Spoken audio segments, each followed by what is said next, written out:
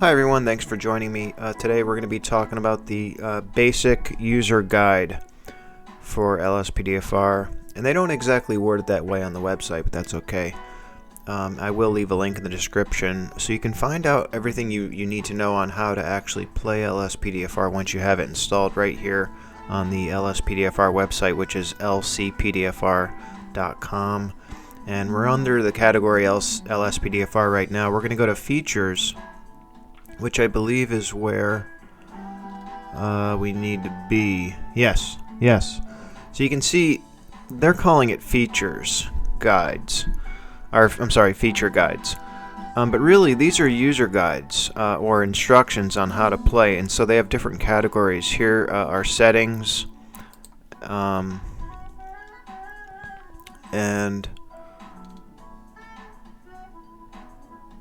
they're talking about. There's an INI file in the main root directory, and we're not going to get into that right now, but some of the more advanced people are going to know what that means. And so there's some, I would call that advanced settings. Interaction menu. So here's the interaction menu. LSPDFR replaces the default game interaction menu with its own. By default, press M or hold back on controller to access the menu. And it gives you a breakdown of the different things you can do with the interactions menu. I'm not going to go through them all, but you can see here there's also a vehicle menu. So there are sub-menus within this. As I was saying, there are sub-menus within this interaction menu. And so, for example, you can see vehicle here.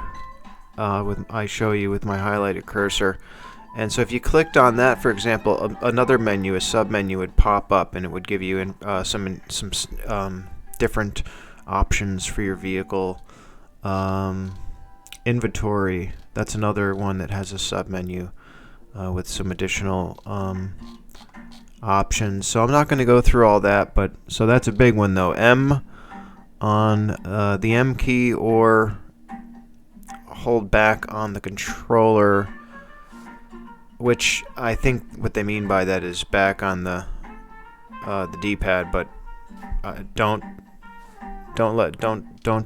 take my word on that. That's just what I'm guessing what they mean. Looking at the police computer here, the police computer lets you search individuals by name or vehicles by license plate.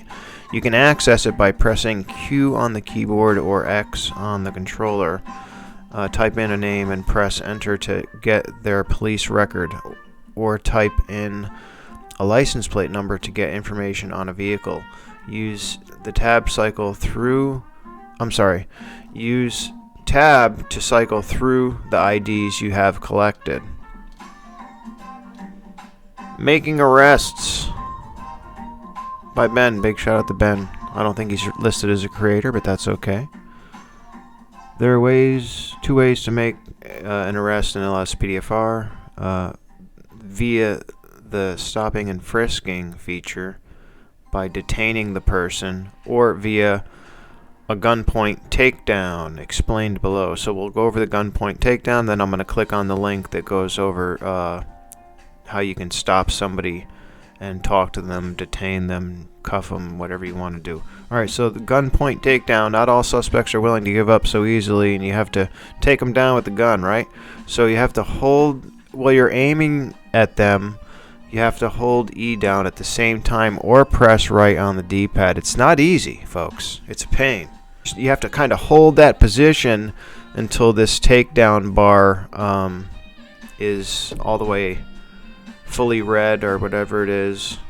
And you guys can read through this some more. I'm just going over it real quick, the main stuff, and I'm probably making it longer than I wanted to. But anyway, stopping and frisking. So this is the other way to arrest somebody.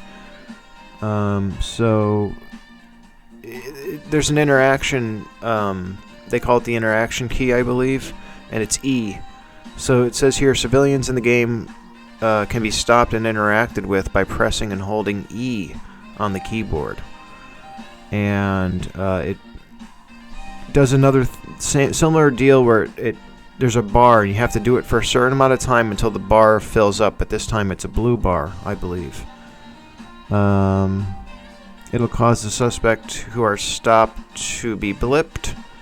So it's similar to a vehicle, pulling over a vehicle, which we're going to go over as well. Once the progress bar fills, the suspect will stop and face towards the player. So it's again, it's not exactly easy. You have to know how to do it. You have to hold it for a certain amount of time. But yeah, that's how you stop somebody. And then once you have them stopped, you can interact with them. That's why they call it the interact key. You can interact with them. There's a sub-menu that'll pop up. You ask for their ID. You can issue a ticket, stuff like that. You can detain them, which means put them in cuffs.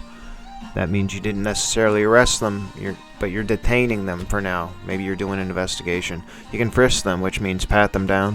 When you witness a crime take place, or when someone resists, you can call it in by holding B by default on the keyboard. It'll initiate a pursuit of the suspect and allow other officers to be called. So that's interesting. I didn't know that. So if somebody's giving you trouble, you want to just have backup and let everyone know to, I guess, pursue them.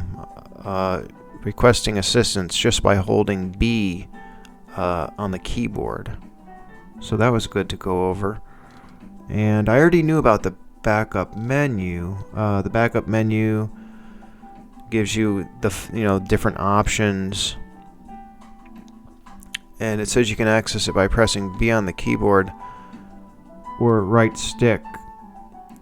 You got to go down on the right stick. That's how I've been doing it. That's how I know to do it. And this is another one that kind of has sub-menus, because you see here, it says right here, response pursuit. Well, you can switch this to a different type of response, and it'll give you different options. There's codes 2 and 3, which is just regular police backup with or without sirens. And then there's you can also request transport, but you have to do that under this police backup menu, and you switch. If you want transport, though, you switch from pursuit, and you have to toggle. You'll see in game what I mean. Again, I'll leave a link. You guys can look over this more closely. Callouts we'll go over briefly, of course, right? Because that's the key, the name of the game. And do you want to do a call out, right? Okay.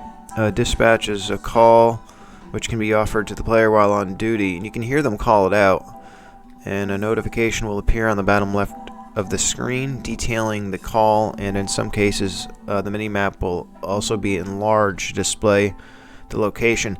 Now when it's enlarged, that's when you can't see the button to push to respond for some reason. And so it's not always enlarged, but sometimes it is.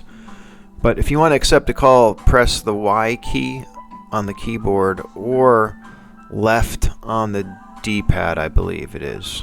How to conduct a traffic stop. You can conduct traffic stops in LSPDFR while on duty and in a police vehicle by pulling up behind the target vehicle, the one that you wish to pull over, and pressing Shift by default on the keyboard or the A button on the controller.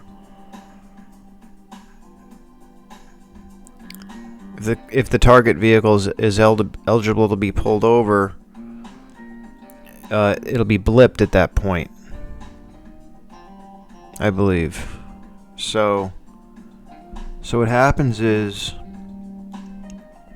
when you do that, when you press A on the controller or Shift on the keyboard, and it'll blip the vehicle, and then if you actually want to pull them over, though, you have to turn on your lights. It says a blipped vehicle will continue as normal, but they have to be signaled to pull over by. You have to put your siren.